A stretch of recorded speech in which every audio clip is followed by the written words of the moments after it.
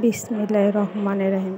আজকে বানাবো পরোটা ডিম সিদ্ধ মেয়োনিজ রেসিপি।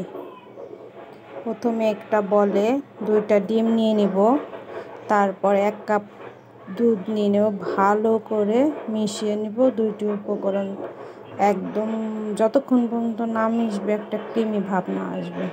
তারপরে এর ভিতরে দিয়ে দিব 1 টেবিল চামচ চিনি,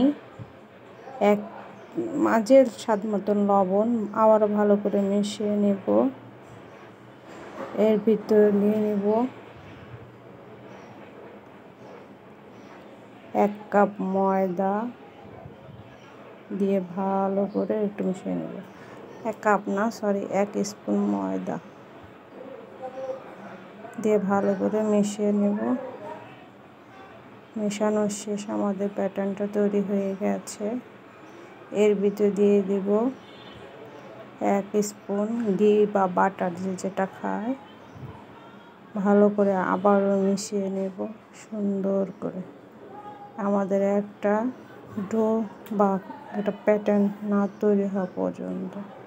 আর একটা বলের মধ্যে 2টা ডিম সিদ্ধ নিয়ে নিলাম। ভালো করে চামিচ বা কাঁটা চামিচ যেভাবে ভালো করে ম্যাশ করে নিলাম।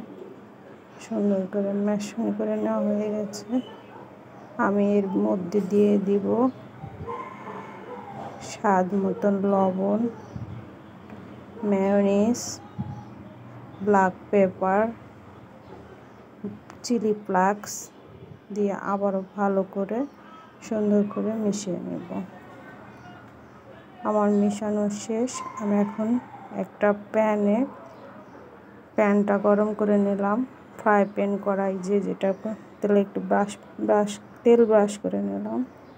আমার প্যাটার্ন দিয়ে সুন্দর করে একটা করে ভেজে নেব।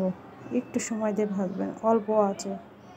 আপনার যদি বেশি আঁচে ভাজেন নিচে পুড়ে যাবে, সুন্দর হবে না, তিতো হবে খেতে। আস্তে আস্তে মিডিয়াম আঁচে ভাজলে এগ মেয়োনিজটা সুন্দর করে দিয়ে দিলাম। এগ মেয়োনিজ দিয়ে এখন সুন্দর করে আপনার শেপ মতন করে নেবেন। আমি আমার শেপ মতন করে ভেজে নিলাম আমি সবগুলো ভাজা দেখালাম না। আমি একটা সুন্দর করে ভেজে হালকা একটু অয়েল দিয়ে দিলাম। আমি সুন্দর করে ভেজে আপনাদের সামনে পরিবেশন করলাম। একটু দেখেন, আমার ভয়ে যে ভুল ত্রুটি হলে মাফ করে দিবেন। আবার কোনো ভিডিওতে দেখা হবে। আমার চ্যানেলটা সাবস্ক্রাইব করে দিন, ফলো করে দিন। আল্লাহ হাফেজ।